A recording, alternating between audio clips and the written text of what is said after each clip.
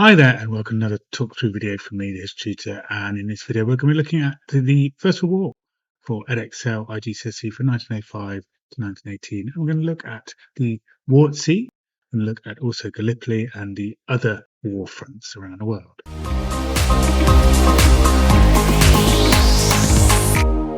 So firstly, let's find out about the war at sea. So there were some significant battles, particularly early on in the war, we need to think about. So the early battles started almost straight away in August 1914, the Battle of Heligoland Blight. The British led a surprise attack on German ships and they destroyed 4 German ships in this battle.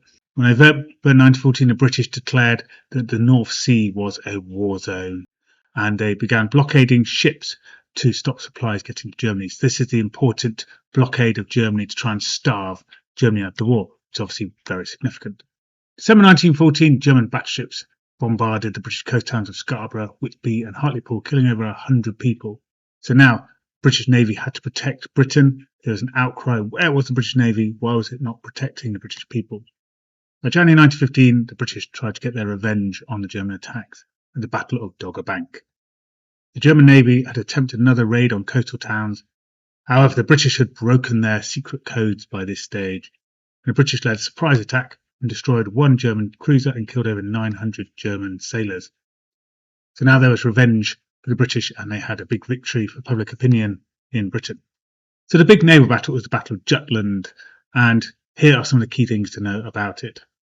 So the German Admiral von Schlieffen wanted a more aggressive strategy to break the British naval blockade. Germany was starting to starve by this time and they needed desperately to try and get more supplies through to Germany. So he planned a trap. The British knew the plan because they'd broken the German codes, of course. So at the battle, the British fleet surprised the Germans and the Germans fled eventually from the battle scene.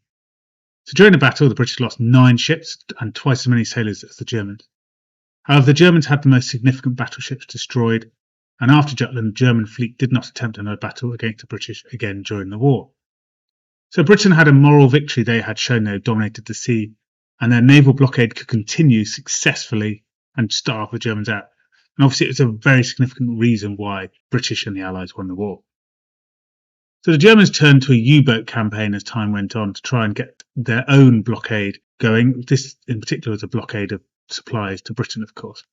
So in February 1915, Germany announced its unrestricted U-boat campaign to sink all ships supplying Britain. Germany only had 21 U-boats at the time, and they only managed to destroy about 4% of shipping arriving in Britain, so it wasn't very impactful at this stage. Of course, the most significant and famous thing about the first U-boat campaign was the sinking of the US ship, the Lusitania. This meant the Germans had to stop their unrestricted campaign as the USA threatened to get involved in the war if the Germans continued sinking ships. However, after the failure of the Navy, the Germans had to turn to their U-boat campaign again in 1917. By February 1917, the British naval blockade was starving Germany out, and they suffered a terrible winter known as the Turnip Winter of 1916. So a new unrestricted U-boat campaign was announced, and this led to the USA declaring war on Germany, alongside things like the Zinman telegram as well, of course. Germany now had 200 U-boats built and destroyed 500 ships in the first 8 weeks. Britain was now being starved. They had a successful blockade now, the Germans, against Britain. The government announced in Britain they only had 6 weeks of food left. Okay, so a crisis began in Britain. So the British started to protect their supply fleets. So they organised protection by having convoys of battleships protecting their supply ships. Also, they had depth charges. These were charges that you could drop from a battleship and they would explode underwater and potentially damage submarines. They had Q-boats. These were battleships disguised as merchant ships. And they had long-range aircraft to spot submarines before they went underwater. This meant only 1% of ships were destroyed and Germany was having a shortage of U-boats as many of them were getting destroyed. So now the crisis of supplies was over and the blockade was not successful against Britain, and yet the British blockade, of course, remained successful against Germany. It's all about war in the air. So how did airplanes help at the front line?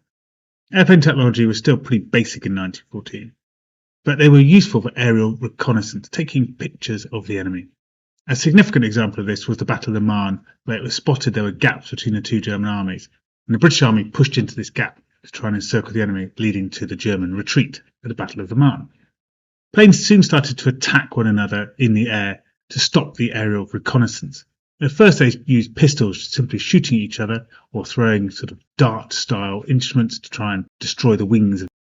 But plane technology soon developed. The Fokker company developed a machine gun that could fire through the propeller, so now you could have more effective dogfighting in the air. What about bomber planes and air raids? At first, pilots would drop grenades or bombs simply from their plane to try and destroy things below. But by 1917, the Germans had developed the Gotha bomber. This could fly longer and carry more bombs. By June 1917, a raid of 20 bomber planes bombed London, killing over 150 people.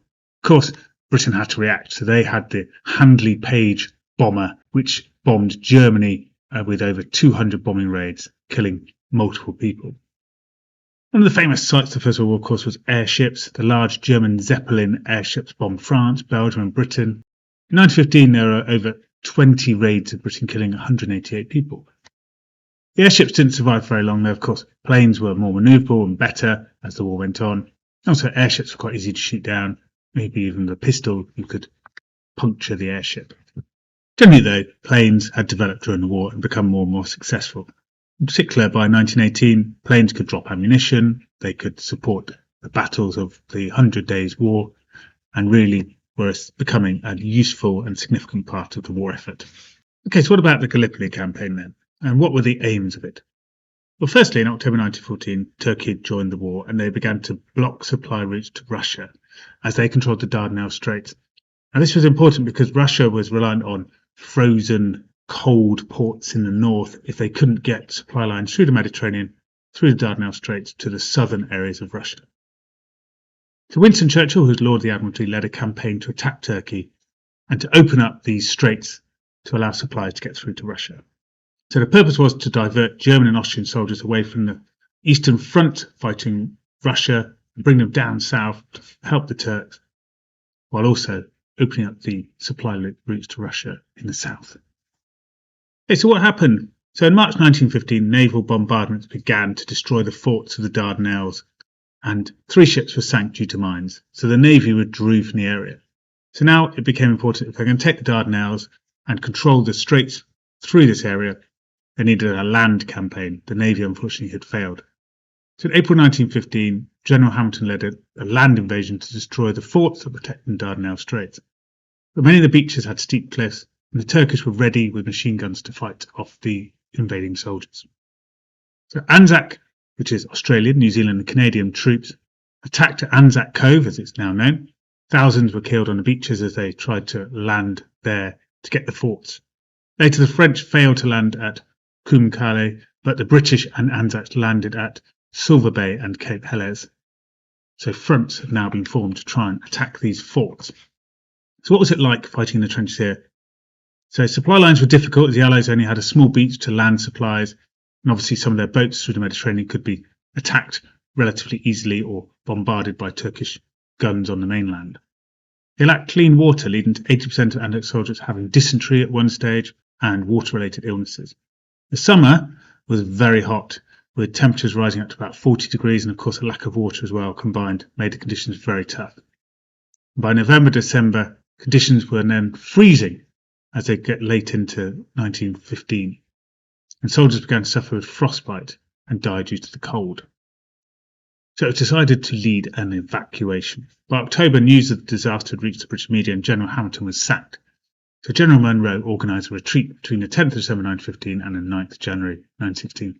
The Allies withdrew successfully with only 3 recorded deaths during the withdrawal from the Turkish coast. To trick the Turkish, and the British set up guns to fire automatically.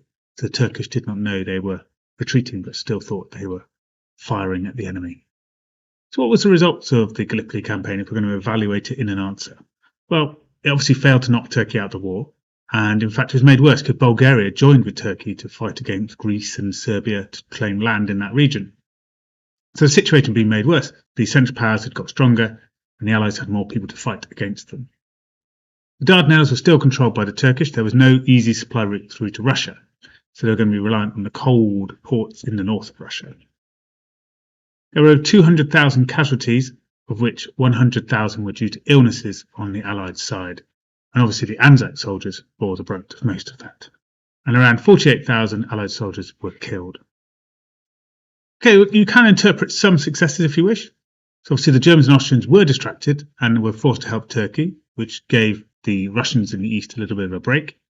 Some supply ships did get through to Russia, but there was no permanent supply line. And the Turkish also suffered 300,000 casualties, so they were severely weakened from the war. They were not necessarily a great power, so for them this was quite a big loss, and they were less significant in the war. So what about some of the wider fronts? Well, let's consider firstly the Eastern Front then. This is probably the most significant other front away from the Western Front itself. So obviously the Russians were fighting the Austro-Hungarians and the Germans on this front. The Russians started quite quickly and invaded into Germany, but were then swiftly defeated in two massive defeats at the Battle of Tannenberg and the Battle of the Masurian Lakes. Further south, the Austro-Hungarians invaded with their Plan R and stormed their way into Russian territory. However, once a large army of Russians, around 500,000 soldiers, appeared, the Austro-Hungarians quickly fled back into their own territory, and trenches and defences were formed between the two sides. In 1916, the Russians led their most famous battle, the Brusilov Offensive, and this attack on multiple locations severely weakened the Austro-Hungarians and almost knocked them out of the war. Only German reinforcements saved them, and they pushed Russia back until early 1917, where Russia was in chaos. Obviously, have a look at the video on the Russian Revolution and Russia leaving the war to find out more about that one. Then we have the Southern Front. This is the Italians attacking Austro-Hungarians. Now, this was in 1915. Obviously, as we talked about in the alliance video, the Italians were uneasy with an alliance with the Austrians because what they wanted was Austrian land where the Italians lived. There were 7 major battles between 1915 and 1917 between the Italians and the Austro-Hungarian Empire, and only around about 10 miles of land exchanged between the two sides, fighting in the Alps and quite challenging territory. However, in November 1917, the Germans led a huge attack against the Italians at the Battle of Caporetto, and the Italians fled in disarray and were almost knocked out of the war. They then reorganised themselves, and in October to November 1918, they attacked the Austro-Hungarians and defeated them at the Battle of Vittorio Veneto, and the Austro-Hungarians were knocked out of the war. We have another sort of southern front, maybe towards the Balkans. We might call it the Salonika Front, thinking about Greece and the Balkans. So here the Bulgarians joined the war in October 1915. Supported by Austro-Hungary and Germany, they attacked Serbia and tried to knock them out of the war. The British, French and Russians landed soldiers in Greece and in Serbia to protect them, and this propped up the front. Away from Europe, there were also other battle fronts. So we have the Arabian Front. Here obviously is where Turkey joined in the war. So the British and Indian troops attacked the Turkish in Arabia. In 1916, Anzac soldiers also joined them with British and the Indians to help push back the Turks with victories at Beersheba and Megiddo. Also, local Arab forces were attacking the Turkish for independence against their Turkish Ottoman overlords. This is where we get the story of T.E. Lawrence, or Lawrence of Arabia, helping to organise the local Arab forces to attack the Turkish with hit-and-run tactics. We also have war in Africa between the colonies. So Germany had a number of colonies in Africa, so wars developed between the British and French against the German colonies. So Togoland was attacked and taken over by the British and French quite early on in the war. German Cameroon was attacked at the start of the war and eventually conquered by February 1916. South African forces from the British Empire conquered German Southwest Africa. And German East Africa was held by a 12,000 strong army against a huge British Empire army of up to 200,000 people. Then we do have some war in the Pacific as well. Anzac forces attacked German forces in Samoa and New Guinea in the first weeks of the war and took over those lands. Japan had an alliance with Britain. They were involved in the war supporting Britain. They attacked the German fleet in the Pacific. They took over the German lands like the Marshall Islands, and they generally protected trade routes in the east for the Allies. Okay, well, I hope you found this talk through video useful. Well, have a look at it a few times and revise your knowledge so you've got some good ideas about the different fronts that are taking place, particularly the war at sea and Gallipoli often are questions that come up. Think about what happened and their impacts. And then, of course, if you want to test yourself, then have a look at my videos about how to answer exam questions, tutoring you through to top answers for all your exam skills.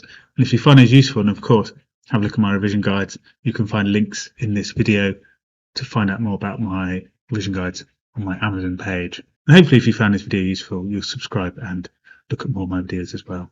Well, hope to see you again soon. Bye bye for now.